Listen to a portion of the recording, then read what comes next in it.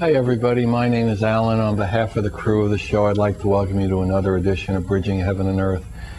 You know, since we did the last show, I've had the opportunity, we've been working on these few projects. One has been to put all the shows, this is the 143rd show we've done. We've been doing it for about 7 or 8 years now, and to put all the shows on the DVD format, so to take all the shows that are on different formats of tapes, the masters, and put them on DVD, so we can have all the shows archived in one place in a small box and all that. And then another thing we've been doing is making like audio files, wave files they're called, of all the shows to send and to collaborate with this internet radio station called Success Talk, so that all the shows are available, the audio portions of all the shows are available on the internet, so that anyone all over the world with an internet hookup can go and for free, at least at this point, can go to this Success Talk radio station on the internet and listen to any of the shows. I think 141 at this point of the bridging shows are on. The last few in this one haven't been put on yet, but they will be probably by the time you watch this. And the thing that has been striking me is that I've had a chance to listen to a lot of the shows and a lot of the interviews and a lot of the just the incredible music and see some of the art as it's been playing and as we've been reproducing it in both those formats, you know, on the DVD and for the audio format. And the thing that strikes me is that the similarity, in a way, of all the messages. Now, we've had probably over 300 guests by now, and doing extraordinarily different things in terms of music, in terms of art, in terms of healing, channeling, writing books, making music. And yet the root of all the shows from the very beginning is the same. And it's the same, is to connect to that love that we all are. And the synchronicity of all the messages and how they all fit together and how they all, in a way, lead to that root, lead to that hub of the wheel. And although they all look like different spokes on the wheel, and if you separate them out, they can look different from the other, but the essence of all of them is the same, is that return to love, is to heal the heart, is to get us to recognize the part of ourselves that is God, that is truth, that is that recognition of that knowing. And we here feel so honored to be able to participate with you in doing that and to collaborate with all these extraordinary people who come in from all over and make tremendous effort to get here to share their connection, their love, their gifts, their story with you, the audience, with you, the people who tune into Bridging Heaven and Earth and share so much of your love and collaborative efforts with us. And again tonight we have somebody whose gifts are unbelievable, whose humbleness is extraordinary, and who has come to share that story and that gift and that understanding and that return to love, that healing of the heart with you. Egidio is a world-renowned healer for the extraordinary healing work he did in Russia, and particularly around Chernobyl, which was the site of, everybody probably knows, a nuclear disaster. He received the Russia's most prestigious cosmonaut award, which has only been given twice in the last 100 years. One was to Egidio, and one was to the French President Mitterrand. They were so taken with the healing that he did of the physical form and of the heart that that award was given in a way that just says how much that healing and that love took effect in Russia. And he's also the author of an extraordinary book, Whose Hands Are These?, that tells his story. And it's a compelling story, and not an easy story. A story of trials and tribulations, of how this earth somehow can take away those gifts in a way, prevent us from knowing those gifts, those healing powers, that connection, because we're not used to it. And what trials and tribulations he had to go through to regain that, and to rededicate his life, or to dedicate his life, because he was young when he actually lost them, to healing. And that's what he does. He just goes around the world to heal. And we also have 2 videos, one that has never been shown before on bridging, a sacred visionary art video that's just very, very beautiful and very powerful. And then we've gotten a lot of requests for that Enough God video that Lesia wrote and performed, and is on the Lesia Bridging Heaven and Earth CD. So again, this show is an opportunity for us to know that, to experience that. So settle in, relax. If you know how to meditate, please join me in a short meditation, and then we'll have a video, and then Jean will be with us. So please join me.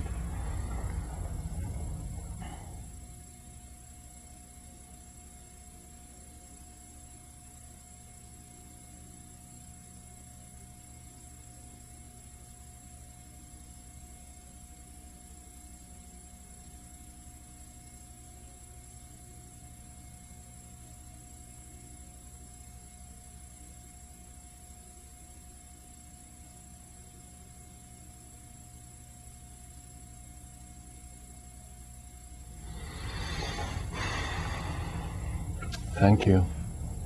So we're going to begin tonight's show with that video I described a little earlier, Sacred Visionary Art. It was prepared and given to us with love by David and the Global Peace Foundation. It's a beautiful video, so just settle in, and when we get back to this set, Jean will be with us.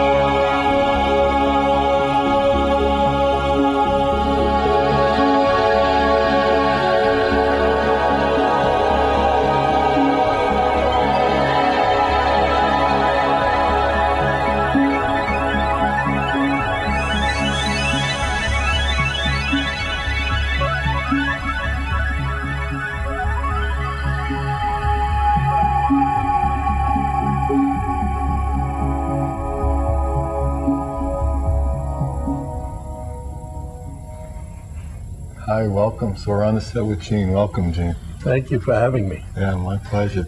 Alan, I'd like to say you were 100% right. Love is the foundation. Yeah. Thank you again. Yeah, thank you. So, in reading your story, it was really compelling, as I said at the open, about how, why don't you tell the story how you were a little child and these gifts were there for you, and then you were put in a sanitarium, just a horrible thing. Well, basically, this is something that I received. I never cracked a book to read about it. And at 5 years old, I used to climb up the stairs on all fours. And there was this old Italian man, they would peel an apple without breaking the skin. And I would just watch him. The good news is we ate the apple after. And one day he was doing that, and boom, he cut his thumb. And his thumb was just hanging there. And as children are, without thinking, I just grabbed his thumb. Then I learned a couple of new words in Italian, and he shook me loose. There was a red ring around his thumb. No bleeding, no nothing, no cut. So he dragged me downstairs. How old were you then? I was about 5 years old, 6. Wow. So, you didn't have any theory about it. You just reached out and something happened. That happened, right. And he dragged me downstairs to my parents' apartment, and he started telling my parents what happened. And they said, Joseph, you had too much wine today, Right. So make a long story short, What have you been doing with those apples? Right, yeah. And I would look at somebody and say, oh, that's a beautiful color they have around them. And my parents would, take a step back, and then I would say, it's all kinds of colors. The phone would ring, and I'd say, oh, that's Aunt Mary. She's going to tell us about what happened. And it was Aunt Mary, and so forth and so on. And a relative would come over the house to sit on the couch, and little children, I put my head on their lap, and she got up, she says, I have no more arthritis pains. Wow. It's gone. And I kept talking about the colors, and I ended up being taken to the parish priest. Good luck. Yeah. So he started listening to what was going on, and he says, he's got the devil. It's the devil's work. The devil's work. So he needs an exorcism. So I had 2. As Really? you could see, it didn't do any good, Right. but anyway, I had 2. And then it went on and on and on. Did you, even at this age, did you start to, hold it back and not say? Because you obviously saw weird things were starting to happen when you were just being yourself? Sometimes, but most of the times it just flew out of me, just flowed. Because you didn't really have a regulator then? No, none you whatsoever. Just, just flew out. Wow. And I would say, geez, I love the colors around that lady. Look at the purple and this and that. I ended up getting to a psychiatrist. So you went from your parents to the parish priest and exorcisms, and then to a psychiatrist. And he says he's in trouble. I don't know, up or down. That's just quite a light up and your this way. is we're 8 years old. And he says he's in trouble. He needs help. So I got committed, and I got shock treatments at least twice a week, wet sheet treatments. And it was like starting your life all over. You remember that? I remember. Really? Really. And there's almost, you can't imagine it, right? No, there's no way I can verbally tell you about it. It's so barbaric, it's so weird. Yeah, right now the hair on my arm is standing up just talking about it. I'll tell you the truth, mine too. So anyway, I ended up in there for about a year. And twice a week you were getting shot, where they, in Snake Pit, like in the movies. Exactly. And you get wrapped in these cold sheets, and there was no way you could hold your body fluids or anything like that. I'm getting busy. So anyway, what transpired was I learned then, and as I say, each time I had these treatments, it was like, who am I? Where did I come from? So it just fried you? Just fried me up. And I had to be toilet trained when I went home. At 8? 8, 9 years old then. And what happened was that I learned I don't see no colors, I don't see nothing anymore. And you didn't? No, I didn't. Now, whether you still could have, or your brain had been fried, or just that you just repressed it because you knew bad things are going to happen when you see this shit. Totally. So I got home, and I went through a period where I just recovered from all that. I would say. And then 14 years old, I went to camp. Those days, big deal. You're going Yeah, I to went camp. to camp, Go too. from New York to New Jersey, camp out in the big wilderness. You know? I know. Yeah. Before I went there, I used to think tomatoes grew on the Safeway shelves. Oh my God, there's trees. Yeah. I grew up in Brooklyn, New York. Oh, so, yeah, that's it. Right. And I went to camp, and all of a sudden I had a pain in my side. And I told the counselor, he said, "Don't worry about it. You're all right. You know, eat your food." And I fell on the floor with the pain. Ended up with appendicitis, and I died on the operating table. And I guess they didn't want me to set me back again. Yeah, right. So, They took one look. No. Out. You're with the slugs down there. So then about 2 weeks later, I got peritonitis, and blood system got totally poisoned. I passed over again, and I got thrown out again too. You know. That's amazing. So anyway, after that, I recuperated and went home, and I started my life all over again. And I ended up going into the Korean War, joined the Navy, lied about my age a little, and came home, married the girl down the street, had 3 wonderful, beautiful children. Today, I'm a grandfather of 10 kids, Wow. 10 grandchildren. Wow. And what happened was, I got to get out of New York. I have to go to California, because no matter what I did, and I've had many And occupations. you came to a career, you were an electrical contractor. Right. And you had a wife, and I thought it was 4 kids. 4 kids. Oh, 4. Yeah. Oh, I guess Yeah. that's right. Yeah. No, I must have forgot about one. Yeah, no, Anyway, Oh my God, this show is like a shot to yeah. lost a kid here. Lost a kid. But anyway, I ended up out in California, and I'm almost a native because I came out here in the spirit of '76. And you don't belong here. I just kept having this feeling, no matter what I did and where I did it, you just didn't belong there. In California or New York? In New York, New York, wherever, right. you know. And then all of a sudden, my life just went kaput. To give you an idea, on a Monday, my divorce became final. On a Tuesday, my partner ran away with all the money. On a Wednesday, I was in a head-on collision. On a Thursday, somebody, I couldn't pay for some thing I was owning, so they took that away from me. On a Friday, the general contractor stole all my equipment and material. I made no plans. That's not a good week. No, I made no plans for the weekend. None whatsoever. No, this is a weekend you stay low to the ground. Right, exactly. Oh my God. So this went on for about 3 months. Really? I ended up, I couldn't get a job at McDonald's. Yeah, you were. I read that. Yeah. You were overqualified. Yeah, I know. Yeah. I mean, you're too old. You're too young. You're overqualified. Right, You're exactly. underqualified. And all of a sudden that morning, I got a phone call from a lady who I knew her and her husband say hi to. You know, that was the gist of it. And she says, "Gene, I had a dream about you last night." I said, "Honey, that's what I need, is a good dream, you know." And she says, You're a married woman. Yeah. This is not gonna end well. Yeah. So she says to me, she says, "I dreamt that you healed me." I said, "What?" She And says, so you didn't even remember that No. what went on, "No, just wiped out. wiped out Go ahead. completely." All right, go ahead. So I says, "What do you mean I healed you?" She says, "Well, can I come over to your house and talk to you about it?" I said, "Sure, that's all right." I'm ready to hang the phone up. I said, "What did I heal you from?" She says, "I have herpes." I said, "Oh, that's what's coming in the front door next, you Right, know?" very contagious. Right, Very exactly. contagious, right. So before I had the good sense to lock the front door, there was a knock on the door. And I opened the door, and she was a beautiful lady. She was long black hair. The only problem was she was covered from head to toe with these blisters, these herpes blisters.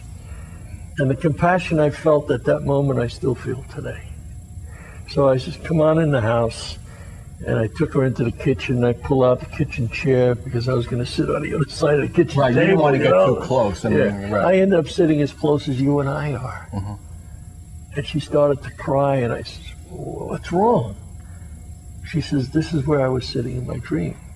Wow. I figured she was, you know, Yeah, smoking and and smoking drinking. and whatever she was doing, right? You know, My adultery experience. I needed So, I somebody. mean, at this point, you didn't have like any spiritual background, nothing. It was just Nothing. like I lost my job, I lost my wife. Yeah, God knows everything. what my kids are doing. I got in an accident. Everybody stole my equipment. This sucks. Limbo. Right, right. I mean, you look back now, and it was like you needed that. I needed to get to that right, point. to just such a traumatic thing. Right? Yeah, so she said to me, she said, yeah, this is where I was in my dream. I said, well, tell me about your dream. She said, well, everything you've said, everything you've done, other than putting your hand on my shoulder. And with that, she picked up my hand on the shoulder, and I looked at her, and she goes, boop. And I says, are you all right? No response. I says, are you okay? And I felt silly as heck sitting there when this lady, you know, my hand, and she's sleeping. She went out. She went out. Right. So I says, because I'm very analytical, you know. If I go out, are you going to be able to do the whole show yourself? You got the cue really cards. good questions You got the coming cue up. cards. Yeah, we got a top-notch staff, so Okay. you'll be probably I'll be okay. all right. Yeah.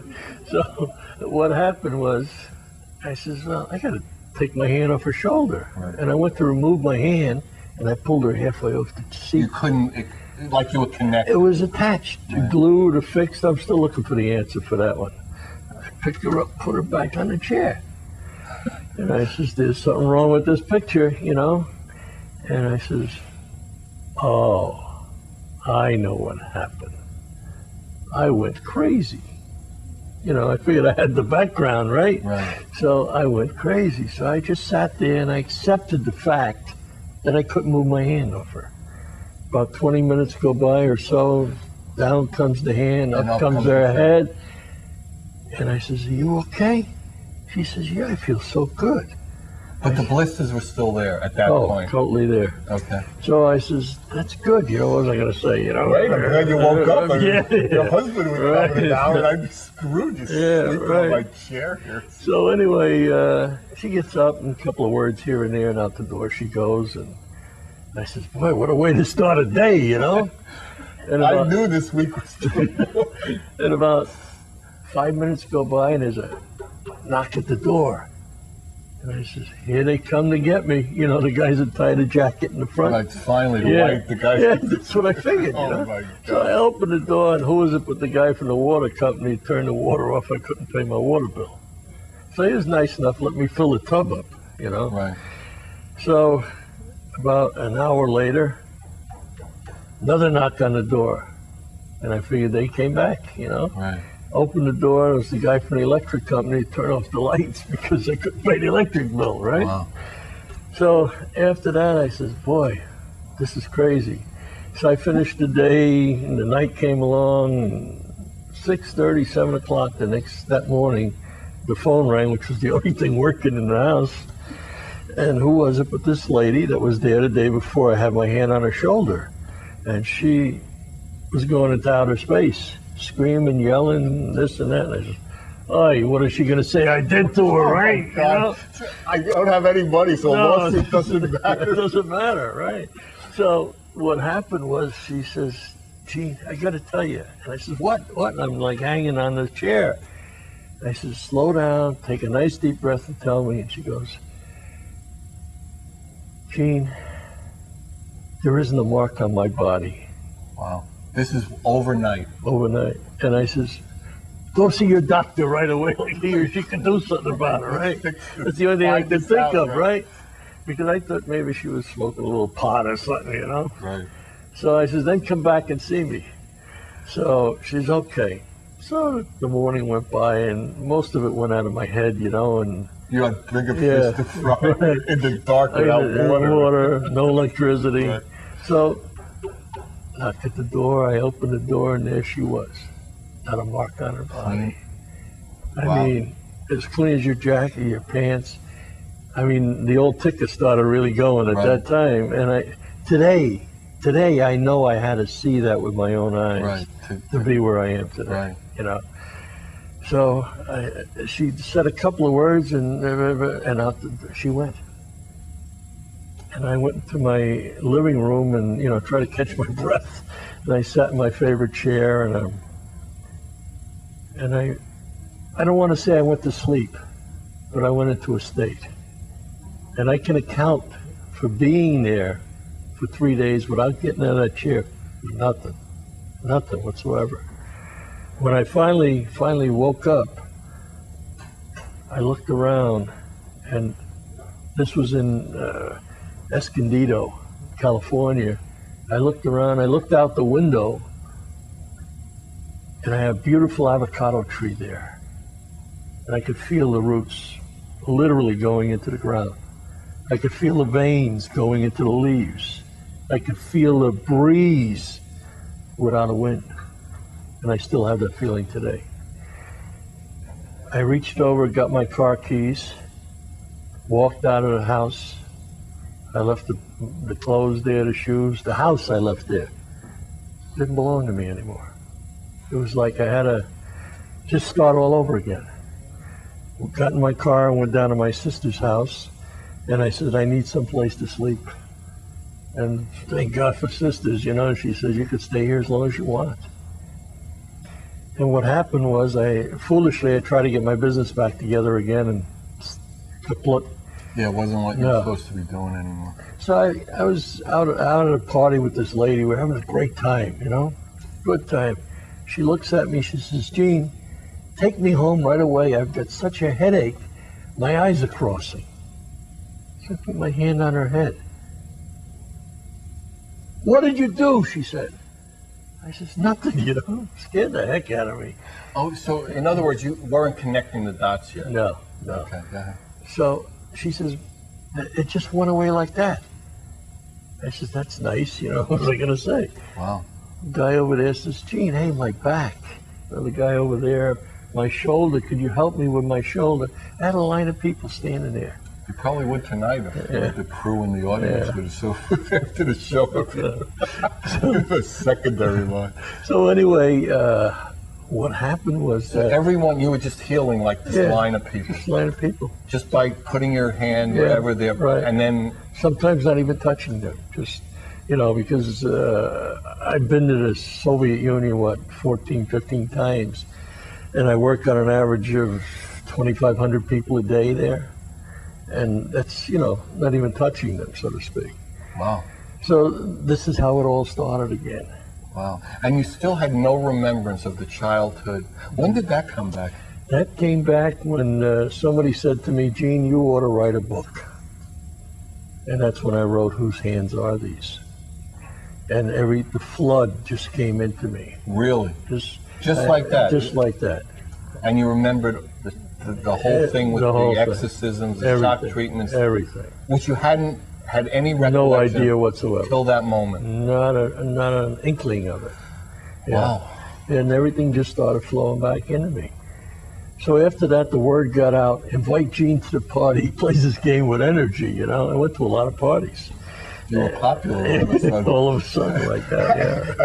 As a fallen electrical contractor, you would get invited to as a healer. Yeah.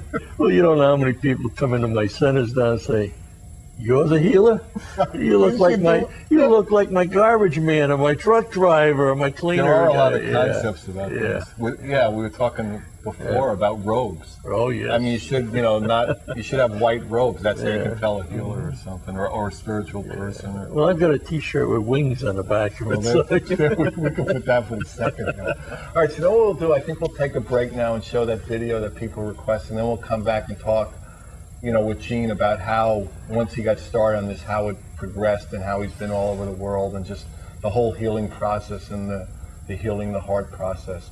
So we're going to show the video. It's Enough God. It's by Lesia. It's written and performed by Lesia, and it's from the Lesia Bridging Heaven and Earth CD. So, I mean, listen to the words. I mean, you would think there's enough God and there's enough love to go around. So.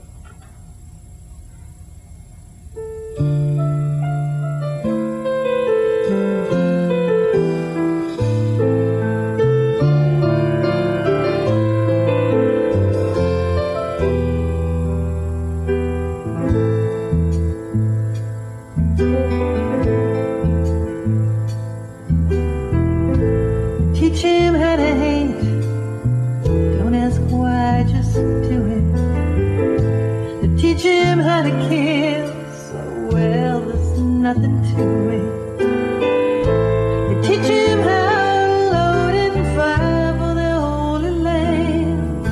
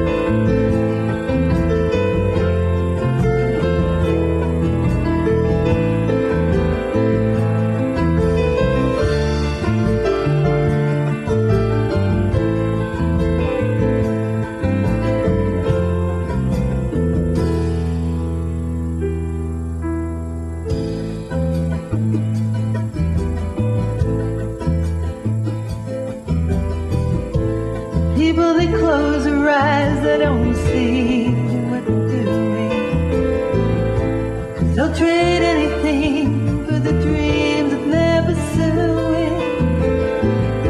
They burn, they bomb, they bargain for their holy lands. But nobody wins that way. Nobody ever can. Tell me, isn't there enough God to go around? Aren't there enough soldiers underground? Isn't there a bit of peace to be found? Isn't there enough God to go around? Isn't there enough God to go around? Aren't there enough soldiers underground? Isn't there a bit of peace to be found? Isn't there enough God to go around? Isn't there enough God? Isn't there enough God? Isn't there enough God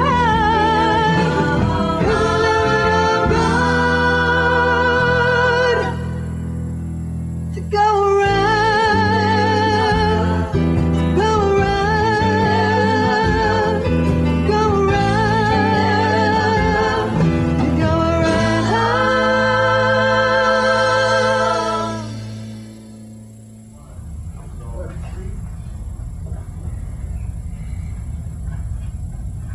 Hi, we're back on the set with Gene. Why don't you talk a little about like how the healing process works, you know? So, yeah, let's just do that and then, yeah. Okay, basically, it's a private thing that happens with each person. You know, each person accepts the energy differently. You know, I've had people, I do a lot of absentee healing. In other words, Like remote healing. yeah, I'll have people in the audience say, you know, give me a name. And as soon as the name is, I hear the name, it's done like that. Okay, now what is the process like? How does that work? I mean, do you visualize it? Do you experience it? Is it like seeing the roots of the tree? No, it's basically a knowing that it's going to happen. I don't need any physical aspect to it. Give you a case in point. I was in a part of California here in Beverly Hills, and I had about 50 people. And one guy in the back of the room raises his hand and gives me a name. And about maybe 3-4 weeks later, he calls me up, and I know the guy. He's a pretty famous author without giving out his name. And he says, Gene, he says, you know, I gave you my mother's name. And I called her up because I looked at my watch, what time I did that. And I called her up, and she said, I don't know what you're doing, but keep it up. She said, I'm out of a sick bed of 7 years, and I don't need my medication anymore. And I says, geez, I'm so happy for you and your mother. And he says, Gene, but what you don't understand, she lives in England. So energy has no barriers. There's no time and No space. barriers. Like this other fella, I do phone healings, and this fella calls me up and he's got a hernia. So I worked with him actually in Chicago. He was in Chicago, I was in California. And we're talking. He says, geez, I feel okay now, you know, and we hang up and I go to the next person. And about 4 or 5 weeks later, I get a letter and he says, I'm the fellow from Chicago and with the hernia. Would you please call me? I have something very important to tell you. And I says, okay, I'm gonna. I had such a feeling to call this guy. So I called him and he says, let me tell you what happened that day. He says, I felt great. He says, my wife was scheduled to go get cataract operation. So I piled her in the car, I took her to the hospital, and I'm waiting in the waiting room. And out comes the doctor like a wet hen. He says, what's wrong with you? There's nothing wrong with her. Why did you bring her to the hospital? Because you told me. That's why I brought her to the hospital. So she's scheduled. So he goes into the room where she was, and she's getting her things together, and he says, honey, what's going on? So she puts her head down. She says, do you remember when you had your phone healing? He says, yeah. She says, I was on extension. Really? So who knows, right? Wow. I wish I could say, you know, in 10 minutes, everybody's going to be fine. But I can't do that, you know. But there's so many stories. The one story was I was in a train from Moscow to Leningrad, and as a sleeper, because it takes so many hours to get there. And there was 3 of us, myself, a traveling companion, and my translator. And all of a sudden, this big Russian robust guy is standing in the doorway, pointing up, saying, "That's my bed," in Russian. So my translator told me, "Oh, this is the Soviet Union. We share things. You know, don't worry, we don't disrobe." So I said, "Well, come on in." And I looked at him. He's clean shaven, not a mark on his face. And I said, "There's something wrong with his left side of his face." So he said to me, he said to my translator, "How does he know there's something wrong with my face?" And she told him what I do. And he opened his mouth. He had a gaping hole in the jawline. He had cancer and radiation poisoning from Chernobyl. So I asked if I could work with him. And he gets up on his bunk, and I'm standing on the two bottom bunks trying to hold my equilibrium like a karate match to keep my hand in there. In about 15 minutes, I come down and I go to sleep. In about 3 or 4 hours, I hear this crying. So I look around, lady's sleeping. I look up, my translator's crying. I look up at the other guy sitting there cross-legged. Tears are just flowing out of him. And I says, "What's going on?" And she says, "He just told me a story that touched my heart. He woke up in a start, and he realized he had no more pain in his face. And he went to put his tongue in the hole, wasn't there." So like overnight, this hole that had been there Yeah, closed up and a healed. couple hours. Couple hours. Yeah. So she says, "You know, I was so touched when he told me that, but then when he said something to me, it really got me crying." I said, "What was that?" He said, you have to excuse me, I get a little emotional with this. He says, "I've been a communist for 47 years. And he says, today is the first day I know there's a God." Wow. And, you know, it was amazing what they did for the people in the car, myself, and the trip. Wow. And that afternoon, I was doing these mass healings, and I walked over to this, well, we put about 100 people in a circle. And these are people who had the radiation problem from Chernobyl. Right. Yeah. They had everything. Right. And then I'd have about 25 chairs, and people that couldn't stand would sit in the chairs. And I went over to this one chair, and this little girl was sitting on her mother's lap. She was such a cute thing. I went to put my hand on her head, and she grabbed my pinky, and I lurched back, and she hit the floor, and she's like looking up at me. So I said, "Come on, walk around with me." So she's holding on my pinky, and I'm walking around. And what happened was that we got all the way around. I got back to her mother, and her mother is crying, and my translator's behind her trying to soothe her. And I says, "Boy, I'm sorry, I didn't mean to take your daughter." You know, She hadn't walked in 20 years. she never walked before. Wow. And then all of a sudden I felt a hand in my pocket. She took my last Tootsie Roll. Wow. That's a problem. That's something. In Russia, no less, without Yeah. Tootsie Rolls. Yeah. Oh, baby, Yeah. you really sacrificed now. So, I mean, can some people not be healed because of karma, because Whatever. of just something doesn't work? No. You know, I'd love to tell people as they come into my centers, I have one in Encinitas, one in Santa Monica. I'd love to say to them, you know, hey, hour and a half, you're going to be fine. But there's no way in God's good earth that I could do that. So, you know, I work on everybody the same as I would the next person. I had one guy come into my office. He walked real military style across the floor. "Do you remember me?" And he gives me a shot, you know. And I says, "I'm sorry, I don't." No, I see a lot of people. Yeah. "You sure you don't remember me?" And I says, "No." And he crouches down, he looks up at me. "Do you remember me?" Oh, I says, "No." he used to be all twisted He up. says, "I was in a wheelchair 3 months ago for 8 years. Wow. He says, I'm running 2 miles a day," and his wife says he's eating like a horse. And he says, "I'm in great shape." And he started out at 5'10", now he's 6'4", so it's like, holy crap. And he only This has is to be something. watered once, right? Yeah. This is a tree we're dealing with Yeah. here. So, you know, there's so many thousands and thousands of stories and letters we get every day. And, I mean, I know the type of person you are, but I mean, do you find yourself going in through the physical, but like really like healing the heart, healing that separation, healing the dis-ease that creates the... Well, it works on every level.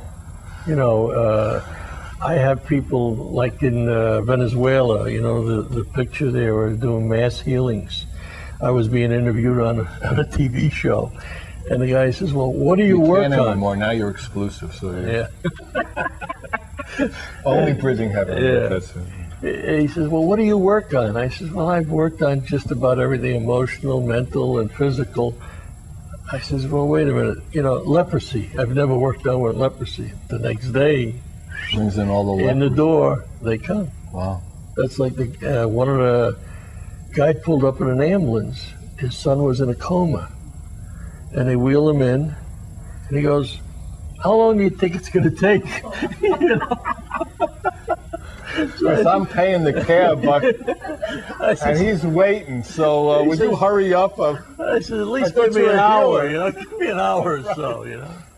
But anyway, make a long story short, the next day you come out of the coma. You know, it's an amazing thing. One of my first centers I had in San Diego, I worked on a guy with AIDS, which wasn't popular at that time, you know, because you can get it. Popular. You know, if somebody sneezes on you in those days, you got AIDS. So I worked on this guy, and he got off the table, and he was raring to go, and he was in fine shape. Took 2 people to put him on the table. So the next morning, there was 75 guys at my door, I'll bet. and I had 1 chair in my center. It was really Wow. decked out, right? So I said, pull up a piece of floor. And what happened was that they were all laid out all over the place. My one client comes in, who happened to be a lawyer, and he's stepping over these guys and girls, gets in the chair, and he goes, "What's wrong with all them people, Gene?" I said, you know, Right. "What do you mean, what?" I said, "Yeah." He said, "What do they have?" I said, "They have AIDS." Well, he cleared that chair, and out the door he went. And it's not that easy because the lawyer's a snake, so you Yeah, had to go he's right around. You had to go snivel it Liver along and the throat. ground. Yeah, Yeah. it was trickier than he thought. So I figured, here I go. They're going to shut me down tomorrow, you know. So the phone rings about the end of the day, and who is it but this lawyer? He says, "I want to see you tomorrow," you know. And I says, "Oh boy." I could see him with the subpoena in his hand. Right. I says, And the "Well, constable, like in the old yeah, movies. right. Not even the sheriff, Right. the constable coming with that round hat. And he says and I said to him, "Well, hey, these guys are going to be here tomorrow. I don't care. I want to see you tomorrow." So I figured he's really got it ready for me. Right. So that day he come in, stepping over everybody again. He goes into the room, sits in the chair. He says, "I want to tell you what happened to me when I left here." And I figured he's going to say he broke out with AIDS, you know, something like that. He says, "I went to this cancer clinic." He had cancer, where I go every week. And I have lunch with this woman who we're great friends. That's about all it is. And he says, "I was telling her what you did to me." And she put her head down. She says, "Well, I guess we're not going to have lunch anymore." She had AIDS. She had AIDS. Wow. How fast it comes around. Really? So he says, "Don't worry." He says, "I'll help you out with these guys." Really? Yeah. Wow. So And do some particular diseases take longer, or that's also hard who to knows? say? Who knows? You know, I don't look at it as a disease. I look at it as a tag that was pinned on them. I have one rule in both my centers. One rule and one rule only is that anybody who had a death sentence given to them, where they were told they were going to die in 45 minutes, 2 years, or whatever, at the anniversary of that time that they were told, they send a get well card to the doctor. That's my one rule. Wow. It's a beautiful rule. Yeah. So it's hard to say who would be healed, who wouldn't be healed. And the thing is, I mean, you can't take credit and you can't take blame. No, Some work and no. some don't, because No, it's just I jokingly say within 50-mile radius, I take credit. Well, that's probably fairly decent size. That'll take us from Encinitas. Yeah. So, I mean, are you called upon to like? I mean, how would you come to go to Germany? Would somebody call up and say we're arranging? I mean, because you do travel the world. Yeah, I have people all over the world that arrange things for me, you know, and it's in Switzerland and Germany and Venezuela, Mexico, you know, all over the islands. They set it up for me, and Barbados, you know, it's funny, this just came into my mind. I was down there working, and I had this lady who had a tumor sticking out of her neck. And overnight, no tumor sticking out of her neck. I had a witch doctor come to me and said, "You leave my people alone, I put a curse on you." Wow. And I said, "Be my guest." You Yeah, know? I've already gone through an exorcism. No, right? A year of twice a week. You think your ex is working on me? You got. So I went to the building where I was doing the healing, and I looked down, and there's these bones and little skulls and little trinkets all over. The pins. Yeah, the pins and this and that. So I scoop them all into a paper bag, and I go find this cat, and I dump them on him, and I says, "Here, you need this more than I do to play with." You know? It blew him away. No, blew him away. But anyway, here I am. And what you would say about that is, you know, if you're in harmony, you're doing. Nothing can hurt you. You're not going to, right, you're going to be protected. Right, totally, yeah. Yeah, as you said, you know, there's a little girl I was working with over the phone. Her mother was holding her, and she was talking over the phone. And she's relating this to me. She said, "You know, my husband came home that night, and he's listening to our daughter, and she says she ain't wheezing anymore." And the two of them just sat there all night listening to the child. The hole in the heart just sealed right up. Wow. So how do you know? Yeah, how do you figure that? Yeah. Huh? Yeah. It's an amazing experiment here. Yeah, there's thousands and thousands of stories. It's this one fellow. And now, I mean, your life, you just feel like that's what your destiny or your path or your harmony is to do as much of that, spreading that love in that way as you can. As I can, yeah. Yeah, it's the, you know, the joke is in my centers, if there's nobody comes in the door, I grab them off the sidewalk. Hey, buddy, come here. Okay, so in other words, if you were to look at the crew or look at the audience here, I mean, would you see that like the kidney is not fun? I mean, you know, certain healers do see it in different ways, or I mean, would you see different colors? Would you? No, it's a knowing. It would knowing. Back to the knowing. I was in a swimming pool, my sister's swimming pool, having a great time, and I look up and there's this lady standing there, and I says, "Who are you?" You know? She says, "Well, I'm the real estate lady that your sister wants an idea of what the house is worth," and so forth and so on. And she told me what you do. How do I look? And I looked at her, and I knew what was going on. I says, "You look fine, but, you know, when was your last physical?" You know? Because that's a great compliment. You know? That's a real cocktail party for the healer. That got her thinking, you know? Say. Because I can't speak for her. Right. I can't say, "Hey, you got this, you got that." A couple of days later, she calls me up, and she says, "You know, I have the rarest cancer in the world." And you knew it? I knew it. Yeah. That it was rare, or that it was cancer? I knew it was cancer. You knew it was cancer. So 3 months, we got rid of it. And okay, so you're in the pool, you look up, there's a woman there, and does the thought come in? Does the words come in? Cancer, you just know it's cancer. It's a knowing, you know. It's I'm like a 7-Eleven. I'm always there, you know, always open. Always open. It's always going. So that valve in you was open as a child, got closed down. Right. Once Reopened. it got traumatized enough, it got reopened, stays open. Right. And that's the knowing it has. Exactly. Yeah. I mean, it's just an amazing, another spoke on the wheel of the amazement of it all, you know, the incredible experiment that's on this earth. Well, that's basically what we are. We're just another experience.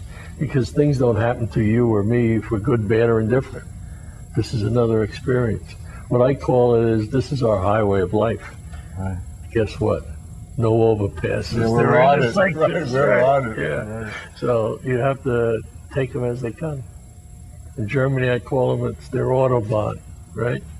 So, I mean, do you find like in a lot of spiritual paths and a lot of healers, like it's a matter of being in the moment? So when you're doing these healings or when you're going around, I mean, your focus and your concentration is just right there. Totally. So if you're thinking of like, well, I got to be in Germany in 3 weeks, it's not there. No, it's still there. It's still there. Yeah, I don't need a phone booth to say Shazam in, you know? Uh-huh. It's always on. Uh-huh. And it's always working. You know, I woke up in the middle of the night and Elaine had my hand on her shoulder. I said, what are you doing? She said, I can't get you during the day, so I got to get you while you're sleeping, you know? So, That's great. yeah. All right. Well, you know, these shows go really fast. Actually, at the break, we were talking, you know, next season, maybe Gene will come back and do some healings on the set. And, you know, what an opportunity that would be for all of us. So again, you know, if you want any information, call me, Alan, 805-687-2053. You can check the website, heaventoearth.com. There'll be a link to Gene's website. He has his own website, a beautiful website. And, you know, the show is for you and for us. And that's the opportunity that we all have. So thanks for coming. We love you. God bless you. Good night. Bye-bye now.